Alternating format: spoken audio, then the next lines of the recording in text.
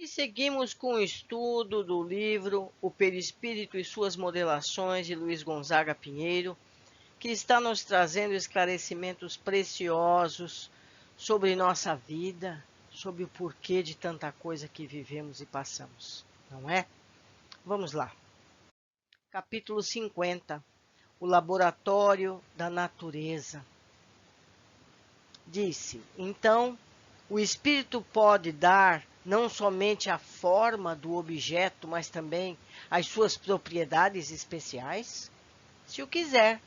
Foi em virtude desse princípio que respondi afirmativamente às perguntas anteriores.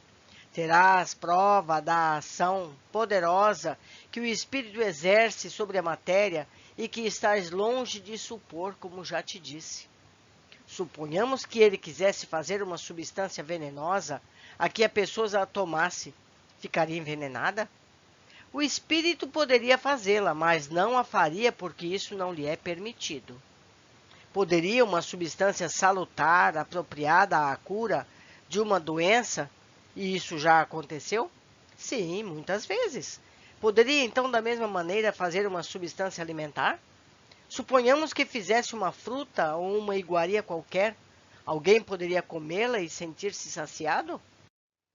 Sim, sim, mas não procure tanto achar o que é tão fácil de compreender. Isso está escrito no Livro dos Médiuns, de Allan Kardec, no seu capítulo 8º, no item 128. Então, meus amigos, o que estamos por ora aprendendo, que parece tão extraordinário, está lá em Kardec, para os que querem encontrar, não é mesmo? Mas vamos ao capítulo. O laboratório da natureza. A natureza é o especial laboratório que o Pai Celestial nos concedeu para dele extraíssemos as essências curativas, energéticas e modeladoras utilizadas em nível físico e perispiritual. Os vegetais contribuem com larga parcela de fluidos exigidos na cura das mais variadas doenças, auxiliando na instalação da saúde e da harmonia em muitos corações aflitos que habitam o planeta. De suas raízes, troncos e folhas, substâncias generosas são aproveitadas acalmando a dor do mundo, fechando chagas martirizantes. Os vegetais são fontes inesgotáveis de medicamentos, muitos dos quais ainda não revelados por força da tímida pesquisa de que são objetos. Utilizam os espíritos, fluidos e energias retirados dos vegetais, processando-os como matéria-prima para a elaboração de medicamentos para enfermidades várias, deles se beneficiando sob a inspiração do médico maior, que é Jesus. Faço eu aqui um parênteses para lembrar, nas obras de André Luiz, quantas vezes os espíritos amigos vão na natureza buscar elementos para a cura. Não é? Aqueles que leem com atenção devem ter percebido isso. Continuando. O passe, a água fluidificada, o emprego de chás, de ervas, são alguns de seus aspectos. A farmacologia terrena é hábil no manejo de muitos fluidos. Poderíamos pensar que a medicina espiritual lhe estivesse abaixo? Os espíritos se organizam em laboratórios com avançada tecnologia e da natureza extraem, processam, combinam, depuram e aplicam fluidos adaptados à imensa variedade de doenças. Aparelhos há, de tamanha sensibilidade, utilizados por eles neste ofício, que descritos em funcionamento pareceriam contos de ficção científica, talhados por mentes excitadas e amantes de aventuras. O espírito consciente e preparado é uma máquina insuperável de milagres das modelações perispirituais. Vamos agora a uma visita. Desdobrei-me, estou diante de uma casa com degraus junto à porta, sendo toda ela revestida por aquela trepadeira de pequenas folhas, parecendo grudar-se à parede. Ao redor da casa vejo muitas plantas, cujas folhas possuem tamanho avantajado, predominando as cores verde e roxo. Há, no entanto, como uma transparência nessa vegetação.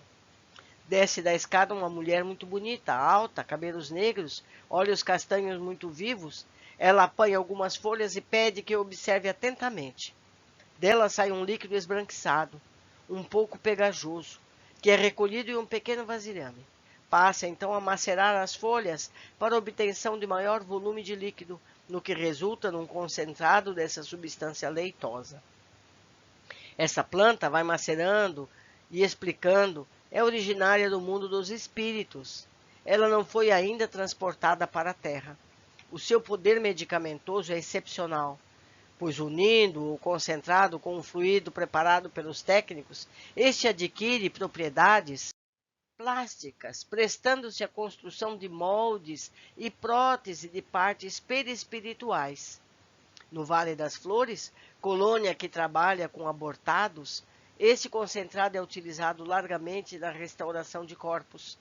O processo de cura não é tão simples como estou pensando, enfatiza. Extraem a substância através de um processo bioquímico regulado por fórmulas químicas, resulta o medicamento para a modelagem.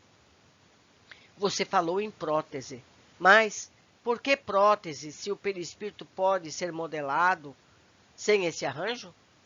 O termo prótese é inapropriado. Foi uma palavra que usei como intérprete do pensamento dela.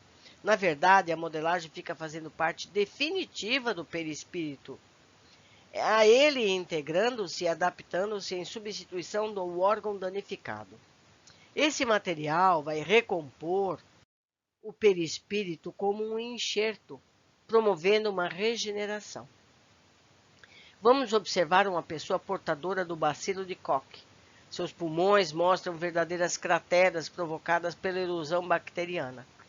A instrutora nos diz que esse hospital é específico para os casos graves de pulmão e coração. É justamente por esse motivo que fui levada a observar o medicamento obtido das folhas que descrevi. Sinto-me como se tivesse visão de raio-x. Vejo os pulmões em lamentável estado de desintegração. A instrutora pega, então, uma espécie de molde de 2 pulmões e me diz sorrindo: veja o que aquela planta é capaz de fazer. Coloca, então, os 2 pulmões no doente, como se coloca uma blusa em alguém. Imediatamente, o molde passa a servir como órgão respiratório para o enfermo, cessando as hemoptises. Estou entendendo. Sinto-me apenas admirado da rapidez como que isso ocorre. Não se precipite. É apenas uma demonstração. Os pulmões já estavam modelados. O enfermo, por sua vez, não aceita imediatamente esse tratamento.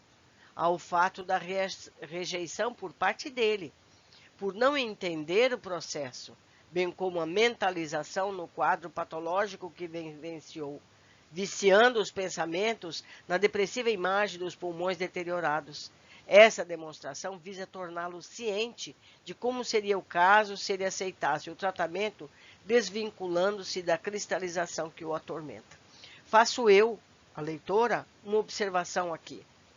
O mesmo processo é possível que ocorra nos pacientes encarnados. Se a pessoa não acredita que pode se curar, ela não se cura.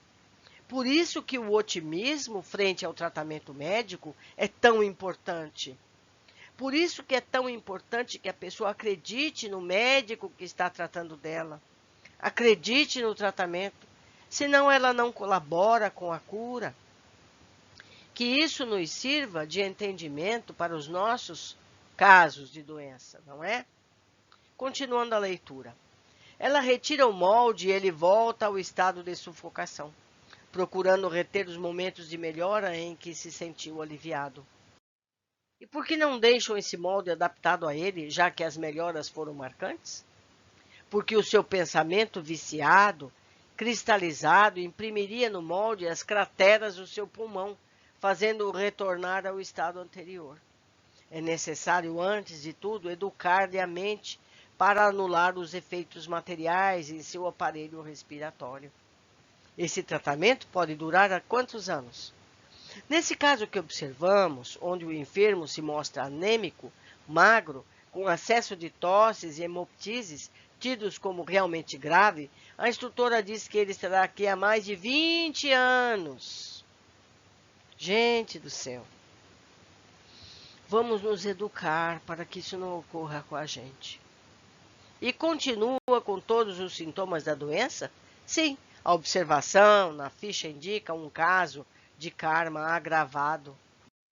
O tratamento a rigor seria simples, semelhante a um transplante de órgão, todavia, a sua rejeição mental impõe sério bloqueio, patrocinado inclusive pelo seu comprometimento com a lei. Terá que passar por árdua educação mental. Será levado a reuniões mediúnicas para entender o funcionamento dos órgãos que então prejudicou.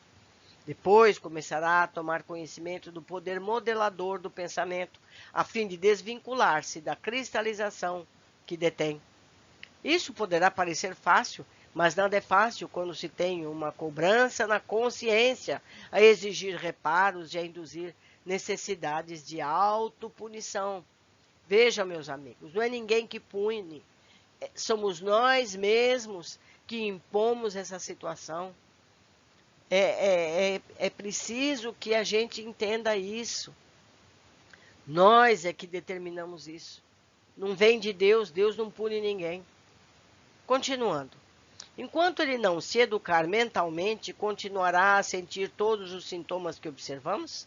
É exato. O sofrimento é o mesmo do momento do seu desencarne, gravado nítido e forte em sua memória. Ele parece desencarnar a cada instante. Sente tosse, falta de ar, hemoptise. Mas para aliviar esse sofrimento, os médicos fazem com que ele adormeça. Impõe um sono letárgico, mas a imagem não lhe sai da mente. Quando ele desperta, é submetido a tratamento intensivo de educação mental. Estou me despedindo. Angustiei-me um pouco com o drama deste irmão. Seja boa enfermeira, diz a instrutora. Como? Nada entendo de suas fórmulas e concentrados, respondo-lhe. Minha irmã conclui, em qualquer circunstância, Jesus é o médico mais especializado e todos nós somos enfermeiros a seu serviço. Quanta informação importantíssima temos desdobrada desse conteúdo, meus amigos. Nós temos que aprender tudo isso para que nós não venhamos a passar por situações similares.